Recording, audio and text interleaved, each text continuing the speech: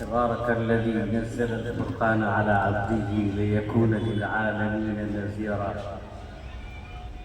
ونشهد أن لا إله إلا الله وحده لا شريك له، ونشهد أن سيدنا ومولانا محمدا عبده ورسوله وسلم تسليما كثيرا.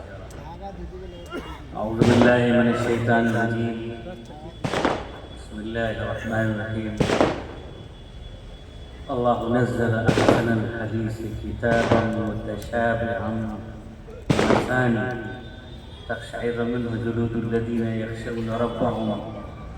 ثم تلين جلودهم وقلوبهم إلى ذكر الله. وقال رسول الله صلى الله عليه وسلم: الطهور شطر الإيمان والحمد لله تملأ الميزان. سبحان الله والحمد لله تملأان أو تملأ بين السماء والأرض. الصلاة نور والصدقة برهان والصوم جنة والصبر ضياء والقرآن حجة لك أو عليك أو كما قال عليه الصلاة والسلام. آج کی اس مبارک اور بابرکت مجلس کے صدر عالی قدر حضرت مولانا عبدالسبحان صاحب قاسمی دامت برکاتہ، اور ہماری اس اسٹیج پر سب سے معزز، سب سے محترم اور دلی کی ملت اسلامیہ کے آبرو حضرت مولانا جمال الدین قاسمی نقشبندی صاحب دامت برکاتہ، اور ہمارے اس بزم میں تشریف لائے نائب امیر شریعت بہار اڑیسہ جھارکھنڈ استاد حدیث دارالعلوم دیوبند حضرت مولانا شمشاد رحمانی صاحب، مولانا نوشاد نوری صاحب، اور اسٹیج پر تشریف فرما علم، فضل اور تقویٰ کے آفتاب و مہتاب، السلام علیکم ورحمۃ اللہ تعالیٰ وبرکاتہ. حضرات گرامی، یہ جلسہ جس کے بارے میں شروع میں ہمارے ایک مقرر نے کہا تھا، آج کا جو جلسہ ہے وہ اللہ رب العالمین کتاب اور کائنات کا سب سے عظیم سرمایہ قرآن کریم کی نسبت پر جمع ہوا. اس کا تقاضا ہے کہ میرے جتنے بھی دوست ہیں، احباب ہیں، اس نسبت کا خیال کرتے ہیں اور آج کے اس مبارک جلسے آپ اس کی نزاکت اور اس کے موقع کا لحاظ رکھتے ہوئے سنجیدگی کے ساتھ جو باتیں کتاب اللہ، سنت رسول اللہ، شریعت اور احکام سے متعلق آپ کے سامنے آئیں، اسے یہاں سے لے کے جانے کی کوشش کریں، تبھی یہ ہمارا جلسہ کامیاب ہے. میں ایک دو آیت کی طرف میں اشارہ کروں گا اور اس کے بعد پھر میں اپنی بات حدیث کے ترجمے پر ختم کروں گا. یہ بات بالکل مسلم ہے کہ جس طرح یہ زمانے میں اللہ رب العالمین نے 6 صدی عیسوی میں سرور کائنات فخر موجودات محمد الرسول اللہ صلی اللہ علیہ وسلم نور نبوت سے سرفراز فرما کر انسانیت کی ہدایت کے لیے رحمت للعالمین بنا کے دنیا میں محفوظ فرمایا، اور انسانیت کی راہ دکھانے کے لیے اللہ تعالیٰ نے قرآن کریم جیسی عظیم الشان نعمت دی. اب یہاں سے ہر زمانے کی جو قرآن سے رشتہ اور قیامت تک آنے والے اوقات میں جس طرح سے انسانوں کا ہدایت سے رشتہ ہوگا، آپ اس کی نسبت کو اچھی طرح سے سمجھ سکتے ہیں۔ ہم یہ دیکھتے ہیں کہ جس طرح اللہ تعالیٰ نے وہ انسانیت جو 1,24,000 انبیاء کرام کے دنیا میں آنے کے باوجود، جب تک انبیاء کرام کا سلسلہ تھا اور وہ نبی وہاں پر موجود تھے، اب انہوں نے لوگوں کو، اپنی قوم کو اللہ کا راستہ دکھانا اور دکھانے کی کوشش کی۔ اس کے بعد پھر آخر میں رسول اللہ صلی اللہ علیہ وسلم کو بھیجا۔ ان تمام انبیاء کرام کے بعد جو سب سے آخری سلسلہ تھا مہر نبوت کا، رسول اللہ صلی اللہ علیہ وسلم کا، اس وقت کی دنیا جس طرح کے حالات سے دوچار تھی، تو ہم نے دیکھا کہ دنیا میں انقلاب آیا۔ میرے بہت اچھے ایک بچے نے قرآن پر تقریر کی، مجھے بہت خوشی ہوئی۔ میں اس بچے کو بھی مبارکباد دیتا ہوں، ماشاءاللہ بہت اپنی ضرورت کا اور اپنی تیاری کا اس نے مظاہرہ کیا، اور اللہ مزید فضیل انشاءاللہ بچہ مستقبل میں یقیناً دین کا اور اسلام کا ترجمان ہوگا، اب قرآن کی ترجمانی کرے گا۔ اور دوسرا بچہ جو نے عربی میں تقریر کی، ماشاءاللہ دونوں نے، ہمارے یہاں گاؤں دیہات میں کہا جاتا ہے کہ چاول کی ایک ہانڈی سے اگر ایک چاول اگر نکال لیا جائے تو اس سے پتہ چل جاتا ہے کہ بھات ہمارا پک گیا ہے یا نہیں، یا کس پوزیشن میں ہے۔ تو الحمدللہ اللہ تعالیٰ ہمارے دونوں تینوں بچوں نے اس طرح سے اپنے پروگرام کا پریزنٹیشن کیا اور ہمارے سامنے جس ہمت کا، جس جرأت کا اور جس طرح کی اپنی تیاری اور صلاحیت کا مظاہرہ کیا، اس سے ہمیں اندازہ ہوا کہ الحمدللہ ثم الحمدللہ ہمارا جو مدرسہ ہے مولانا عبدالسبحان صاحب کی نگرانی میں چلنے والا، ان کی اقدامت میں تعلیم القرآن نبی کریم اور ان کے جو اساتذہ ہیں، اللہ کا شکر ہے کہ وہ واجب محنت کر رہے ہیں جیسی ان کو کرنی چاہیے، اور کریں گے تو اللہ تعالیٰ اور جلا بخشیدہ اور نسلیں تیار ہوں گی انشاءاللہ۔ بچے نے بھی ہمارے قرآن کریم پڑھا، تو میں نے دیکھا کہ جس طرح سے اس بھٹکی ہوئی انسانیت کو جو جینے کی راہ دکھائی، وہ صرف اور صرف قرآن میں۔ جب قرآن نازل ہوا تو دنیا کی کایا پلٹ، جب قرآن آیا تو روئے زمین سے جہالت کا خاتمہ، جب قرآن آیا تو انسانوں نے انسان سے محبتیں سیکھی، جب قرآن آیا تو انسانوں کو ہدایت کی راہ دی۔ گویا پوری دنیا میں ظلم،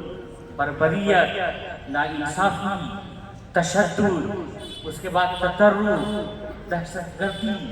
جس طرح کی انسانیت سوچ مظالم سے انسان دوچار تھا، اس اضطراب اور بے چینی سے انسانیت کو باہر قرآن نے نکالا۔ اسی طریقے سے آج پوری دنیا جس طرح سے راہ راست سے بھٹکی ہوئی ہے، دنیا میں بے چینی ہے، اضطراب ہے، تشدد ہے، ظلم ہے، حقوق سلب کیے جا رہے ہیں، ایک دوسرے کی انسانیت کی بے احترامی ہے، خواتین کی بے احترامی ہے، بچیوں کی بے احترامی ہے، مذہبی تشدد پوری دنیا میں ہٹ اور نفرت جنم لے چکا ہے۔ ایسے حالات میں بھی میرا ایمان یہ کہتا ہے کہ جس طرح سے آج سے 1400 سال پہلے بھٹکی ہوئی انسانیت کو قرآن نے راستہ دکھایا تھا، آج بھی صرف اور صرف قرآن نے تو انسانیت کو راستہ دکھا سکتا ہے۔ یہ ہمارا ایمان ہونا چاہیے، قرآن ہی انسانیت کو راہ راست پر لا سکتا ہے۔ اللہ کے رسول صلی اللہ علیہ وسلم، ایک علمی بات عرض کرتا ہوں، اللہ کے رسول صلی اللہ علیہ وسلم کے بارے میں آتا ہے کہ قرآن کریم کی جو تو آپ صلی اللہ علیہ وسلم کے آنسو بہانے کے واقعات جنگ احد میں بھی، جنگ بدر میں بھی۔ ابھی میں مسجد عریش میں گیا تھا جہاں حضور کا خیمہ تھا بدر میں، اور آپ صلی اللہ علیہ وسلم سجدے میں تھے اور اللہ سے کہہ رہے تھے یہ 313 یہ سرمایہ ہے جن کو میں لے کے آیا ہوں، اگر یہ بھی دنیا سے مٹ گئے تو تیرا نام لینے والا روئے زمین پر کوئی نہیں۔ اللہ کے رسول میں مسجد عزیز کیا، اسی لیے میں نے نماز پڑھی، پھر شہدائے بدر کو اور کو ان کے لیے دعائیں کی، تقریر کیا، تو میں وہاں سے آ رہا تھا تو میں نے دیکھا کہ میرا ایمان اس بات کے اوپر کہ یہی قرآن جس طرح سے پچھلی امتوں کو اور پچھلے انسانوں کو ہدایت کا راستہ دکھایا، وہی قرآن آج کی انسانیت کو جو بھٹکی ہوئی ہے راہ راست سے، اسے صحیح انسانوں کا سلیقہ سکھا سکتی ہے۔ اس کے علاوہ اور کوئی پنڈا نہیں ہے، اس کے علاوہ کوئی قانون نہیں، کوئی ضابطہ نہیں، یہاں تک کہ کوئی مذہبی کتاب نہیں۔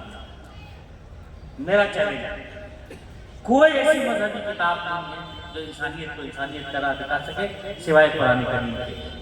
آج آپ کے ساتھ قرآن اس طرح سے مطالبہ کرتا ہے۔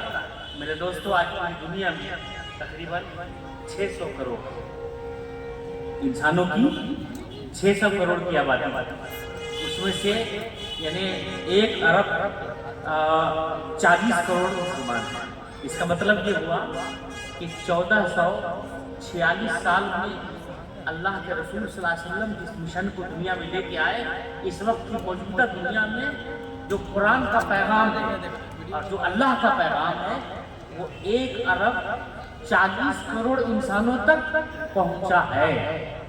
لیکن ابھی کتنا باقی ہے؟ دنیا کے 600 کروڑ، یعنی اس کو ہم 6 ارب کہتے ہیں نا، دنیا کی 6 ارب کی آبادی ہے، اس 6 ارب کی آبادی میں سے ابھی قرآن کا پیغام روئے زمین پر صرف 1 ارب 40 کروڑ انسانوں تک پہنچا ہے۔ ابھی اتمام کیا ہوا بیٹا، کیا ہوا؟ پورے ایمان کا اتمام ابھی باقی ہے۔ اس امت کو اس کا فیصلہ کرنا ہے، اس امت کے افراد کو اس کا فیصلہ کرنا ہے، صاحب قرآن کو اس کا فیصلہ کرنا ہے۔ یہ اہل القرآن جو ہمارے سامنے بیٹھا ہوا، ترمذی کی روایت کے مطابق اللہ کے رسول صلی اللہ علیہ وسلم نے فرمایا کہ اہل القرآن ہوا اہل اللہ، یہ اہل اللہ کا، بزرگوں کا یہ جو ٹولہ بیٹھا ہوا ہے، ان کی ذمہ داری ہے، ہماری ذمہ داری ہے کہ دنیا کے 600 کروڑ انسانوں تک اللہ کا پیغام کیسے، رسول اللہ صلی اللہ علیہ وسلم جو اخلاق لے کے آئے اس اخلاق کو ہم کیسے پہنچائیں۔ مفسرین نے لکھا کہ اللہ کے رسول صلی اللہ علیہ وسلم جب قرآن کریم کی آیات پڑھتے تو اکثر و بیشتر، لیکن 2 آیت کے بارے میں ذکر میں آپ کے سامنے رکھتا ہوں کہ رسول اللہ صلی اللہ علیہ وسلم جب ان 2 آیتوں کو پڑھتے تھے تو آپ زار و قطار کہ آپ کی ریش مبارک تر ہو جاتے، بلکہ قمیض مبارک بھی تر ہونے کا ذکر اماں عائشہ اور حضرت عبید اور حضرت عطا نے کیا، اور حضرت بلال خود اس کے شاہد۔ تو رسول اللہ صلی اللہ علیہ وسلم کے بارے میں آتا ہے کہ ایک وہ آیت، آپ آیت یاد رکھیے گا، علمی بات، ایک آیت فَكَيْفَ إِذَا جِئْنَا مِنْ كُلِّ أُمَّةٍ بِشَهِيدٍ، ایک آیت اللہ کے رسول صلی اللہ علیہ وسلم وَجِئْنَا بِكَ هَؤُلَاءِ شَهِيدًا، پہلی آیت رسول اللہ صلی اللہ علیہ وسلم جب یہ آیت پڑھتے تھے اور اس کی تشریح کرتے اور فرماتے کہ وہ منظر کیسا ہوا جب اللہ رب العالمین تمام انبیاء کرام کو بطور وٹنس اور گواہ کے قیامت کے دن اللہ تعالیٰ لائے گا اپنے تمام انبیاء کرام اپنی امتوں کے بارے میں، وہ گواہی دیں گے کہ ان کی قوم نے کس طریقے سے اللہ کی دعوت کو کرایا، کس طرح سے انبیاء کرام کے ساتھ کی اور کس نے مانا اور کس نے نہیں مانا۔ اللہ کے رسول صلی اللہ علیہ وسلم جب اس آیت پر آتے تو زاروں کتاب آپ کی آنکھوں سے آنسو جاری ہو جائے کہ فَكَيْفَ إِذَا جِئْنَا مِنْ كُلِّ أُمَّةٍ بِشَهِيدٍ وَجِئْنَا بِكَ هَؤُلَاءِ شَهِيدًا۔ اس کے بعد فرماتے کہ صحابہ کرام کہتے پھر اے محمد، پھر اس کے بعد آپ کو بھی لایا جائے گا ان کے اوپر گواہ بنا کے، جس طرح سے انبیاء کرام کو گواہ بنا کے لایا جائے گا ان کی امتوں کے بارے میں، آپ کو گواہ بنا کے لایا جائے گا۔ آپ اس وقت گواہی دیں گے کہ 1,24,000 23 یعنی جو انبیاء کرام دنیا میں تشریف لائے انہوں نے اللہ کی دعوت کا فریضہ کس طرح سے انجام دیا. اللہ کے رسول صلی اللہ علیہ وسلم سے بھی پوچھا جائے گا. اس طرح سے رسول اللہ صلی اللہ علیہ وسلم نے حجۃ الوداع کے موقع پر تمام صحابہ کرام کو جمع فرمایا اور اس کے بعد پوچھا کہ دیکھو جو اللہ تعالیٰ نے ان کی امانت دی تھی وہ میں نے پہنچایا یا نہیں پہنچایا. بلغت الرسالہ وأديت الأمانة وكشفت الغمة. تو صحابہ کرام کہا کہ ہاں اللہ تعالیٰ نے جو آپ کو پیغام دیا تھا ایمان کا, اللہ نے پیغام دیا تھا قرآن کا, اللہ تعالیٰ نے انسانیت کو ہدایت کا راستہ بتانے کے لیے جو پیغام دیا تھا یا رسول اللہ آپ نے مکمل طریقے پر اس کو پہنچا دیا. پھر اللہ کے رسول صلی اللہ علیہ وسلم نے شہادت کی انگلی آسمان کی طرف اٹھائی اور اس کے بعد فرمایا کہ یا رب العالمین یہ سارے کے سارے اس بات کی گواہی دے رہے ہیں اس دن جب قیامت قائم ہوگی اس دن تو اس بات کا گواہ رہے کہ انہوں نے سب نے گواہی دی ہے کہ جو امانت نبوت کی مجھے دی گئی تھی وہ میں نے اس کو ادا کر دیا. یہ جو آیت اللہ کے رسول صلی اللہ علیہ وسلم جب تلاوت کرواتے ظاہر بتا کہ کیسا منظر ہوگا قیامت کا. میں بات اس وقت کی کر رہا ہوں. اس کے بعد ایک اور آیت بڑی دلچسپ عام طور سے ہم لوگ پڑھتے رہتے سنتے رہتے ہیں. اس آیت کا بھی ذکر کر کے اس کے بعد میں اپنی بات ختم کروں گا. ان فی خلق السماوات والارض, میں آپ کو یہاں لانا چاہتا ہوں. اللہ نے فرمایا ان فی خلق السماوات والارض واختلاف اللیل والنہار لآیات لأولی الالباب الذین یذکرون اللہ قیاما وقعودا وعلی جنوبهم ويتفكرون في خلق السماوات والارض ربنا ما خلقت هذا باطلا سبحانك فقنا عذاب. اللہ حدیث میں آتا ہے کہ حضرت سیدنا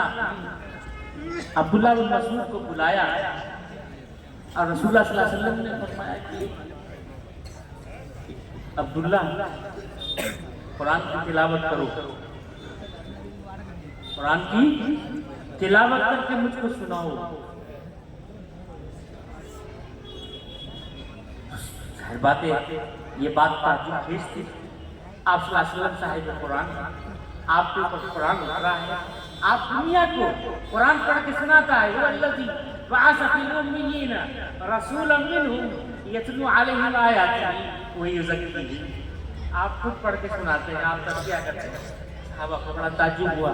حضرت عبداللہ بن مسعود بہت تعجب میں وہ کہنے لگے یا رسول اللہ آپ کے اوپر تو خود قرآن نازل ہوا, میں کیسے پڑھ کے سناؤں؟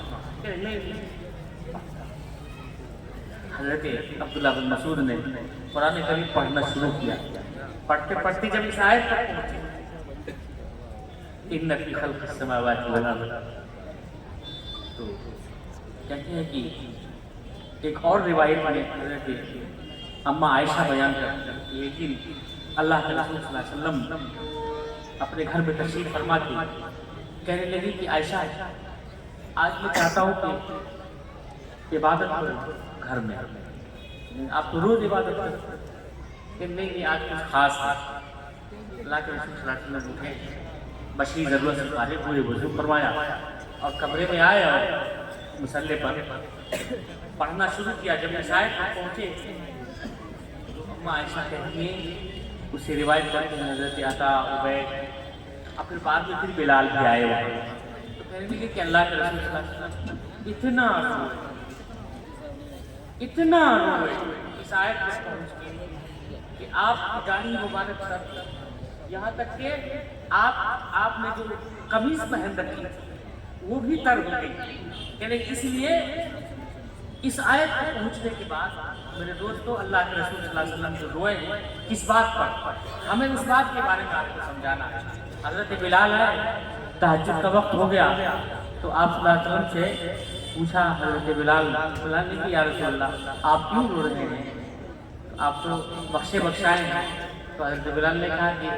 افلا اکون عبدا شکورا, کیا میں اللہ کے انتظار کرتا تھا اس لیے رو رہے. اس آیت کی مانیت پر میرے دوستو آج حضرات علماء یہاں پر تشریف فرما ہے. آج ہم نے قرآن کریم کو صرف ایک سرسری برکت کی کتاب سے, اس قرآن کی اس اسپرٹ پر یہ امت جب تک جمی ہوئی قرآن کریم کی آیات ان کی زندگی میں داخل تھی، قرآن کے احکام ان کی زندگی کا عملی نمونہ تھے، جس طرف گئے افریقہ، یورپ، ایشیا، چائنا تک جہاں بھی گئے تو اللہ رب العالمین نے ان کے اندر اتنا روب اور دبدبا عطا فرمایا تھا کہ پورے زمین پر قرآن کی برکتوں کو عام کر دیا۔ تو میرے دوستو، وہ جو اللہ نے فرمایا کہ ان فی خلق السماوات والارض واختلاف الليل والنہار، یہ جو ہے نا اللہ کی نعمتوں پر غور کرنا، اللہ کی آیتوں پر غور کرنا، یہ جو قرآن کا سرمایہ ملا ہے، اس سرمایہ کو اس حیثیت سے لینا کہ اللہ رب العالمین نے یہ کہہ کے ہم کو دیا تھا کہ ان عرضنا الامانۃ علی السماوات والارض، ہم نے اس کو لیا ہے تو لینے کی ذمہ داری کیا ہے؟ اس کو آنے والی انسانیت تک، قیامت تک کی انسانیت تک اس کو پہنچانا، یہ امانت کی ذمہ داری اسی وقت ادا ہوگی میرے دوستو جب قرآن اللہ کی کتاب کی طرح سے لیا جائے، صرف فیشن نہیں، صرف تراویح نہیں، بلکہ یہ کتاب انقلاب ہے، یہ کتاب انسانیت کو رہنمائی دکھانے کے لیے ہے۔ پہلے ہم اس کو اپنی زندگی میں داخل کریں گے، اس کے احکام کو اپنی زندگی میں اتاریں گے، اس میں جو حقوق بیان ہوئے ہیں اس حقوق پر ہم عمل کریں گے اور دنیا کو اس طرف لانے کی کوشش کریں گے، تب اس کا حق ادا ہوگا۔ حدیث میں رسول اللہ صلی اللہ علیہ وسلم نے جو آخری جملہ میں نے پڑھا تھا، میں اس پر آتا ہوں وقت کا خیال کرتے ہوئے، اللہ کے رسول نے اس حدیث میں فرمایا الطہور شطر الایمان، انسان کی سب سے پہلے جو ہے اس کے اخلاق کا جو آغاز ہوتا ہے اس کی پاکیزگی سے ہوتا ہے، جسم کی صفائی، قلب کی صفائی، عقیدے کی صفائی سے ہوتی ہے۔ اللہ کے رسول نے فرمایا الطہور شطر الایمان، صفائی جو ہے یہ نصف ایمان۔ سب سے پہلے ہمارا عقیدہ صاف ہونا، اللہ ایک، رسول اللہ صلی اللہ علیہ وسلم اللہ کے آخری نبی، اور یہ دین سب سے حق ہے۔ ہمارے حضرت امیر شریف نے فرمایا یہ احساس اپنے بچوں پر منتقل کرنا، کچھ بھی ہو جائے، دنیا ادھر سے ادھر ہو جائے، ایمان سے ایک قدم پیچھے نہیں رہ سکتا۔ یہ کب ہوگا؟ جب ہمارے بچوں کی چھٹیوں میں ایمان آئے۔ تو اللہ کے رسول نے فرمایا، حدیث کا ترجمہ کرنا، فرمایا کہ الطہور شطر الایمان والحمدللہ تملأ المیزان، بات ذکر کی آئی کہ اللہ کے رسول نے فرمایا کہ ایک مرتبہ اگر سبحان اللہ پڑھو گے، الحمدللہ پڑھو گے تو اللہ تعالیٰ تمہارے اعمال ترازو کو قیامت کے دن نیکیوں سے بھر دے گا۔ آگے پھر فرمایا کہ الحمدللہ سبحان اللہ تملأان او تملأ بین السماء والارض، اللہ کے رسول نے فرمایا کہ اگر ایک مرتبہ سبحان اللہ والحمدللہ پڑھو، کہو سبحان اللہ وبحمدہ، سب کہو، تمہارے نیکیاں سبحان اللہ وبحمدہ سبحان اللہ العظیم۔ اللہ کے رسول نے فرمایا کہ ایک بار سبحان اللہ والحمدللہ کہو تو اللہ تعالیٰ زمین آسمان کے بیچ میں جتنا خلا ہے نا، اس خلا کو تمہاری نیکیوں سے بھر دے گا۔ اس کے بعد پھر آگے فرمایا رسول اللہ نے کہ دیکھو یہ نماز جو ہے، یہ عبادت، یہ نور ہے تمہاری زندگی، تم کو راستہ دکھائے گی، اسے مت چھوڑنا کبھی، کسی بھی حال میں یہ کارخانہ، یہ چیزیں اس میں رہ کے بھلیا میں پڑھ کے تم نماز پڑھتے ہو، بازار میں چلتے رہتے ہیں، کتنا بڑا ظلم ہے اپنی ذات کے اوپر۔ نماز پڑھنا نہیں ہے، اپنی ذات کے اوپر نماز کی انشاءاللہ پابندی کرو انشاءاللہ۔ اللہ کے رسول نے فرمایا کہ نماز ہی تمہاری روشنی ہے۔ اس کے بعد پھر آگے فرمایا وَالصَّدَقَةُ بُرْهَانٌ، اب جو تم کماتے ہو اس میں تھوڑا تھوڑا مدرسے میں بھی لا کے دینا، اللہ کے راستے میں بھی خرچ کرنا، یہی صدقہ قیامت کے دن تمہارے لیے حجت اور دلیل بنے گا کہ نہیں یہ بندہ بڑا نیک تھا، خلوص دل سے اللہ کے راستے میں مال خرچ کرتا تھا۔ اس کے بعد آگے فرمایا رسول اللہ نے کہ پھر جو ہے روزہ رکھو گے، قیامت کے دن تمہارے اور جہنم کے درمیان یہ روزہ ڈھال بنے گا اور مصیبت آئے گی۔ ہاں آگے فرمایا کہ بل قرآن، یہی لفظ میں جس کے لیے میں نے یہ حدیث پڑھی تھی، اللہ کے رسول نے فرمایا کہ کل کو قیامت کے دن یہ قرآن یا تو تمہارے ہاتھ میں حجت ہوگا، یعنی ایویڈنس میں کھڑا ہوگا، یا پھر تمہارے خلاف کھڑا ہوگا۔ اگر تم نے قرآن کے ساتھ وفاداری کی ہوگی، اگر تم نے قرآن کو گلے سے لگایا ہوگا، اگر تم نے زندگی میں قرآن کا حق ادا کیا ہوگا، تو پھر یہی قرآن کل کو قیامت کے دن اللہ رب العالمین کے دربار میں کھڑے ہو کے کہے گا یا رب العالمین یہ میری تلاوت کیا کرتا تھا، یہ میرا حق ادا کیا کرتا تھا، اسے کبھی بھی جہنم میں مت بھیجیے، تمہارے لیے جنت کا فیصلہ ہوگا۔ اور اگر تم نے اس قرآن کو چھوڑا، اس سے بے وفائی کی، اس سے دغا کیا، اس کے حقوق کو نہیں مانا، اس کا حق ادا نہیں کیا، تلاوت کا،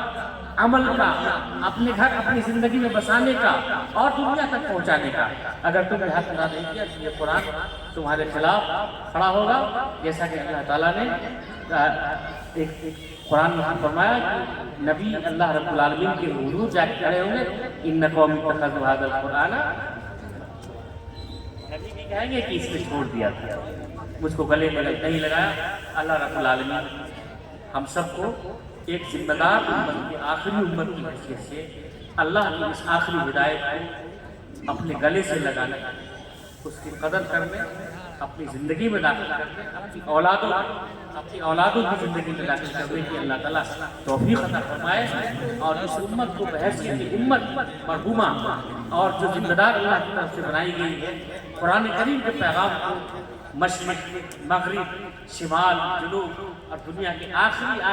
انسان تک پہنچانے کی توفیق عطا فرمائے۔ وآخر دعوانا ان الحمد للہ۔